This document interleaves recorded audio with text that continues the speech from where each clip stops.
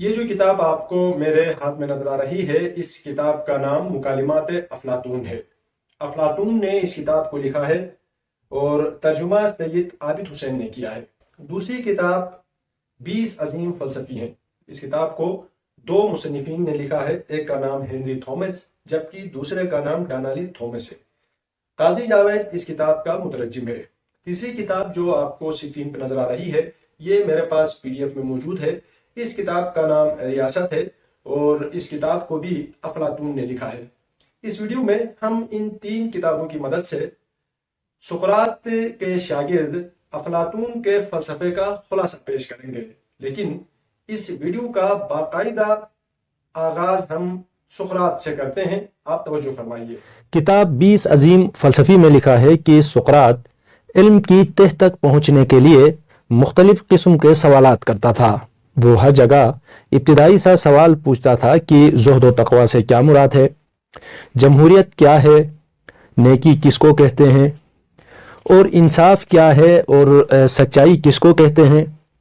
اچھا تو کیا کام کرتے ہو اور تم نے اس میں کون سے علم اور مہارت کا اضافہ کیا ہے؟ کیا تم سیاستدان ہو؟ اچھا اگر ہو تو یہ بتاؤ کہ تم نے حکومت کے متعلق کیا سیکھا ہے؟ اچھا تم وکیل ہو؟ اگر ہو تو یہ بتاؤ کہ انسانی سرگرمیوں کے بارے میں تم کیا جانتے ہو اور انسانی حرکتوں کے بارے میں کیا مطالعہ کیا ہے؟ تم اگر استاد ہو تو یہ بتاؤ کہ دوسروں کو جہالت سے نکالنے سے پہلے خود تم نے اپنی جہالت پر قابو پانے کے لیے کون کون سے اقدامات کیے ہیں۔ سقراط کا مقصد تھا غلطیوں کے اخراج کے ذریعے سچائی تک پہنچا جائے، اور سقراط نے کہا تھا کہ میں سراغ رساں کتے کی طرح سچائی کا پیچھا کرتا ہوں، اور سقراط کی بیوی سقراط کی طرح بالکل بھی نہیں تھی۔ وہ سقراط پر ہمیشہ ہر وقت لاپرواہی کے طعنے دیتی رہتی تھی۔ لیکن ہوا یہ کہ ایک دفعہ کا ذکر ہے کہ ایک صبح کو جب سقراط بازار میں آیا تو اس نے دیکھا کہ اس کے خلاف ایک قرارداد چسپاں کی گئی ہے، جس پر تحریر تھا کہ سقراط نے جرائم کا ارتکاب کیا ہے۔ اس کا پہلا جرم یہ ہے کہ یہ ان دیوتاؤں کی عبادت نہیں کرتا جن کی یہ شہر عبادت کرتا ہے، اس کے بجائے اپنی طرف سے نئے دیوتا لے آیا ہے۔ دوسرا جرم اس کا یہ ہے کہ وہ نوجوانوں کو بگاڑتا ہے، لہٰذا اس کی سزا موت ہے۔ سقراط کو گرفتار کر لیا گیا اور اس پر مقدمہ شروع ہوا۔ ایتھنز کے قانون میں یہ گنجائش موجود تھی کہ جس شخص کو موت کی سزا ملتی تھی، ساتھ اس کو یہ اختیار بھی مل جاتا تھا کہ ریاست سے باہر چلا جائے اور موت سے بچ جائے، مگر سقراط نے ملک بدر ہونے سے انکار کیا۔ سقراط نے کہا کہ آئیے ہم موت کو اسی جرأت سے قبول کریں جس جرأت سے زندگی کا مقابلہ کرتے رہے ہیں۔ او میرے جج صاحبان، مشکل موت سے بھاگنے میں نہیں بلکہ گناہ سے بھاگنے میں ہے۔ گناہ موت سے زیادہ تیز رفتار ہے اور زیادہ جلدی ہم کو پکڑ لیتا ہے۔ میں اپنی سزا قبول کرتا ہوں۔ سقراط کی زندگی کا آخری وقت آیا تو کہیں شاگرد جیل میں سقراط سے ملنے کے لیے آئے۔ اس کا تفصیلی نقشہ افلاطون نے اپنی کتاب مکالمات افلاطون میں کھینچا ہے۔ میں موت سے نہیں ڈرتا ہوں۔ اصلی فلسفی وہ ہے جو موت سے نہ ڈرے، کیونکہ موت خود فراموشی کی میٹھی اور ابدی کیفیت ہے، جس میں کوئی تکلیف نہیں، کوئی ظلم اور کوئی بے انصافی نہیں، مایوسی اور دکھ درد نہیں ہے۔ موت ایسا دروازہ ہے جس سے ہم گزر کر بہشت میں داخل ہو جاتے ہیں۔ وہاں کسی کو اس کے خیالات کے باعث پھانسی پر نہیں چڑھایا جاتا ہے۔ لہٰذا ہنسو، کھیلو اور میرے جانے پر افسوس بالکل بھی نہ کرو۔ میں وہاں بھی اچھے اخلاق کی بات کروں گا۔ او میرے شاگردو، آپ جیسے ساتھی مجھے وہاں بھی ملیں گے۔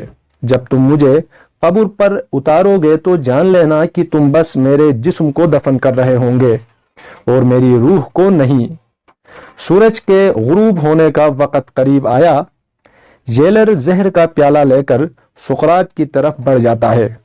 افلاطون لکھتا ہے کہ آنسو روکنے کی بہت کوشش کی، لیکن آنسو تھمنے کو نہیں آئے، بس سقراط پرسکون رہا، زہر کا پیالہ پی لیا اور ابدی نیند سو گیا۔ یہ واقعہ 399 قبل مسیح کا ہے۔ تفصیل سقراط کے شاگرد افلاطون نے اپنی کتاب مکالمات افلاطون میں پیش کیا ہے۔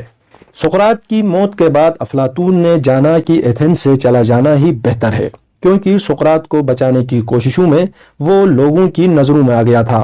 افلاطون دنیا کے چکر لگانے نکل کھڑا ہوا اور 12 برس کے سفر کے بعد افلاطون ایتھنز واپس آیا اور اپنی زندگی سقراط کی تعلیم دینے کے خاطر وقف کر دیا اور ایک پبلک گارڈن میں فلسفہ پڑھانے کے لیے ایک اسکول قائم کیا اور اس کو اکیڈمیا کہا جاتا تھا۔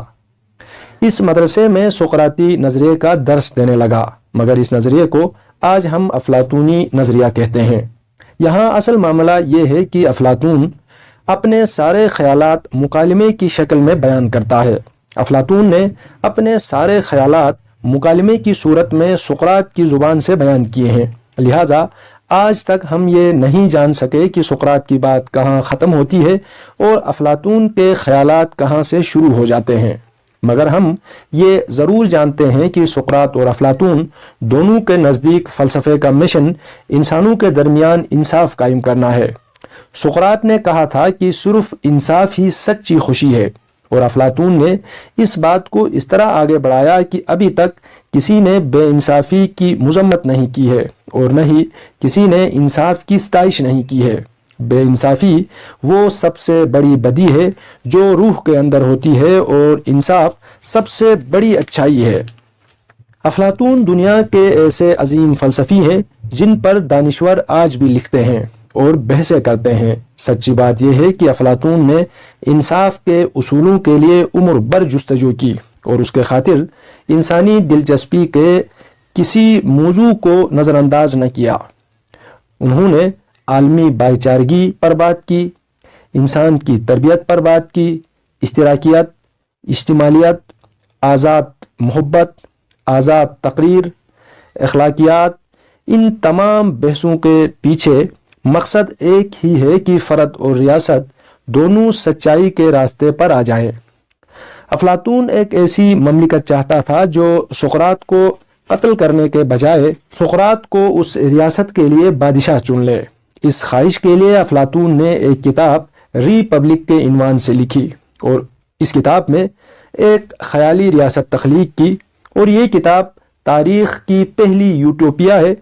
افلاطون کی اس دنیا کو، اس کتاب کو سمجھنے کے خاطر آئیے ہم اس کتاب ری پبلک کے شہریوں کی پیدائش سے موت تک کی زندگی کا جائزہ لیتے ہیں۔ پہلی بات جو افلاطون کی کتاب ری پبلک سے ظاہر ہوتی ہے وہ یہ ہے کہ بہتر قسم کے بچے پیدا کرنے کے لیے بہترین مرد صرف بہترین عورتوں کے ساتھ جنسی ملاپ کریں۔ یہاں شادی کی بات نہیں کرتے ہیں۔ بہترین مردوں کو بہترین عورتیں صرف جنسی ملاپ کے لیے اجازت دی جاتی ہے، اور نہ تو شادی ہوتی ہے اور نہ ہی خاندان وجود میں آ جاتا ہے۔ افلاطون کی ریاست میں بچے جو ہی پیدا ہوتے ہیں والدین سے لے لیا جاتا ہے اور سرکار ان کو سرکاری نرسری میں تربیت کرتی ہے۔ افلاطون کہتا ہے کہ ضروری ہے کہ نہ ہی بچے اور نہ ہی والدین اب ایک دوسروں کو پہچانیں، اسی طریقے سے ہی ایک اجتماعی مملکت وجود میں آ سکتی ہے، اسی انداز سے ہی حقیقی بھائی چارگی کا تصور پیدا ہو سکتا ہے۔ افلاطون کہتے ہیں کہ والدین کو جنسی معاملات اپنے طے شدہ ساتھیوں تک محدود رکھنے کی کوئی ضرورت نہیں ہے۔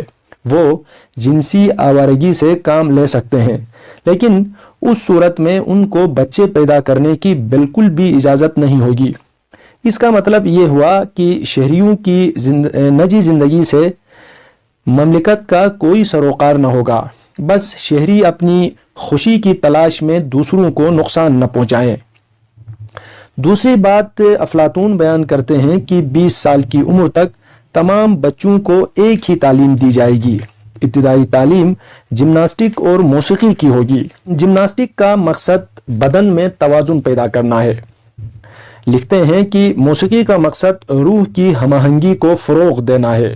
جس کی روح میں موسیقی نہیں ہوتی وہ قابل اعتبار نہیں ہوتا ہے۔ مگر افلاطون کا موسیقی سے مراد ہم آہنگی ہے، چاہے وہ قابل سماعت ہو یا قابل سماعت نہ ہو۔ افلاطون مزید لکھتے ہیں کہ جن اسکولوں میں یہ تعلیم دی جائے گی وہاں مخلوط نظام تعلیم رائج ہوگا، اور ضروری ہے کہ لڑکے اور لڑکیاں مل جل کر وہاں کام کریں اور محنت کریں۔ صرف یہی نہیں بلکہ افلاطون کہتے ہیں کہ لڑکے اور لڑکیاں ورزش کے دوران لباس اتار دیا کریں گے اور برہنہ ہو کر ایک ساتھ ورزش کریں گے۔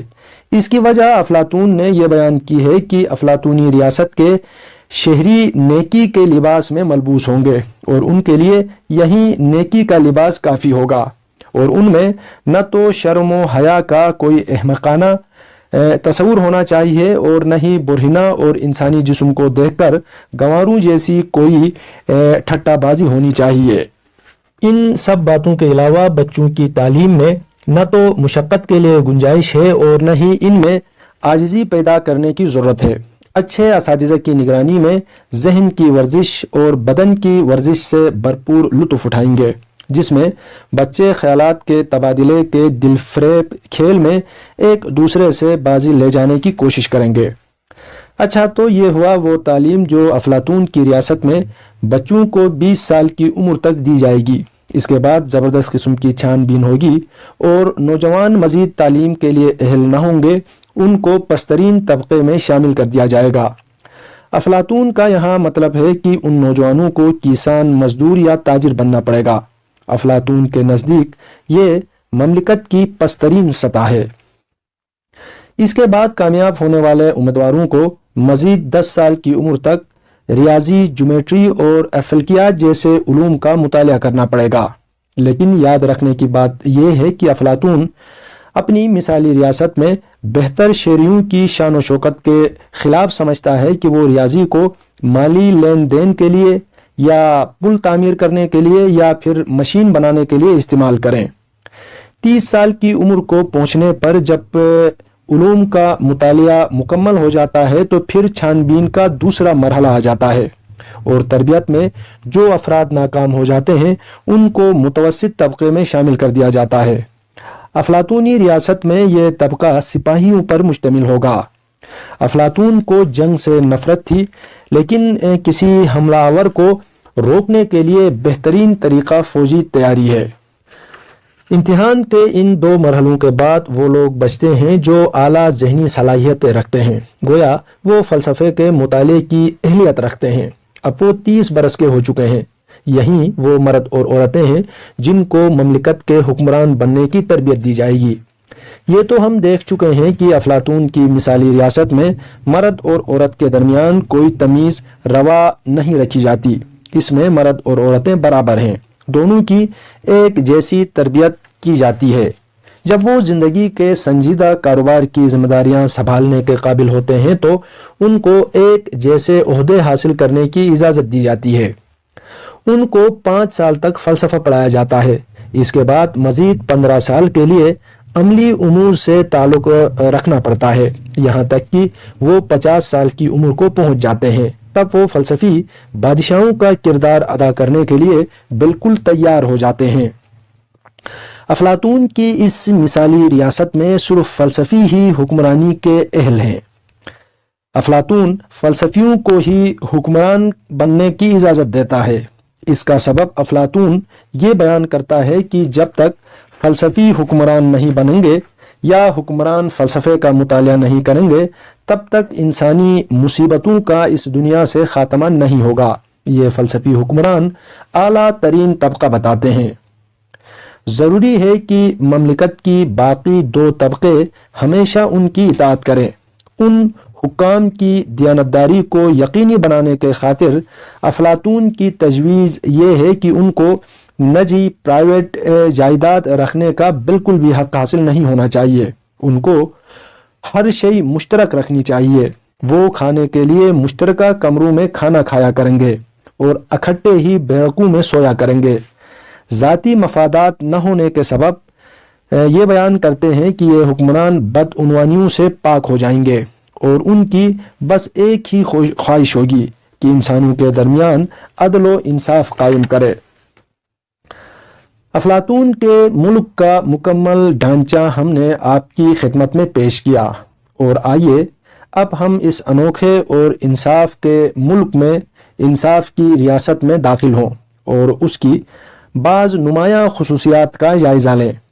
سب سے پہلے جو بات ہماری توجہ کا مرکز بنتی ہے وہ یہ ہے کہ اس شہر میں شاعر اور اس کے مشرکانہ عقائد کے لیے بالکل بھی جگہ نہیں ہے۔ اس شہر میں مذہب کو مافوق الفطرت کرامتوں سے پاک کرنا بہت ضروری ہے۔ ایک ایسے مذہب کی ضرورت ہے جو انسانی عقل سے متصادم نہ ہو۔ اس افلاطون کے ملک میں تجارت کو اچھا نہیں سمجھا جاتا۔ تجارت کے بارے میں افلاطون کا یہ خیال ہے کہ کاروباری لوگ ایک ہی وقت میں کامیاب اور دیانتدار نہیں ہو سکتے ہیں۔ افلاطون کے نزدیک مجرم قابل رحم مخلوق ہے، مارا پیٹا اور پھانسی نہیں دیا جا سکتا ہے کیونکہ بدی اور جرم جہالت کی وجہ سے ہے، اس کی مناسب طریقے سے تعلیم اور تربیت نہیں ہوئی ہے۔ ریاست کی ذمہ داری ہے کہ ان کی تربیت کرے۔ وکلا صاحبان کو افلاطون کی ریاست میں غیر ضروری شر کی حیثیت حاصل ہے۔ لکھتے ہیں کہ جہاں علم اور تربیت ہو وہاں مقدمہ بازی کی ضرورت بالکل بھی نہیں رہتی ہے۔ افلاطون کی ریاست میں حکومت کا بڑا کام یہ ہے کہ عوام کی مسرتوں اور خوشیوں کو یقینی بنانا ہے۔ افلاطون کے نزدیک انسانی مسرتوں سے مراد محبت اور قناعت ہے۔ افلاطون چینی فلسفی کنفیوشیس کی طرح اپنے فلسفے کو عملی صورت میں دیکھنا چاہتے تھے۔ جب ڈایونس بادشاہ کو افلاطون کے فلسفے کا پتہ چلا تو افلاطون کو اپنے پاس بلا لیا۔ افلاطون نے ڈایونس بادشاہ کی تربیت شروع کی اور افلاطون سے بادشاہ کا اختلاف ہوا، دونوں کے درمیان جھگڑا ہوا۔ افلاطون کو قتل کرنے کی دھمکی دی۔ افلاطون کے بعض دوستوں کی مداخلت کی وجہ سے ڈایونس اس دھمکی پر عمل کرنے سے باز رہا مگر اس کو غلام بنا کر بیچ دیا۔ یوں نتیجہ یہ ہوا کہ ڈایونس کو فلسفی بادشاہ بنانے کے بجائے خود افلاطون فلسفی غلام بن گیا۔ لیکن افلاطون کی خوش بختی تھی کہ جس شخص نے افلاطون کو خریدا تھا علم اور انصاف کا چاہنے والا تھا۔ اس نے افلاطون کو اپنے بچوں کی تربیت کے لیے خریدا تھا، چنانچہ اس نے افلاطون کو اپنے وطن ایتھنز واپس جانے کی اجازت دی۔ افلاطون اپنے آبائی شہر واپس پہنچا تو ڈایونس کی طرف سے ایک خط موصول ہوا۔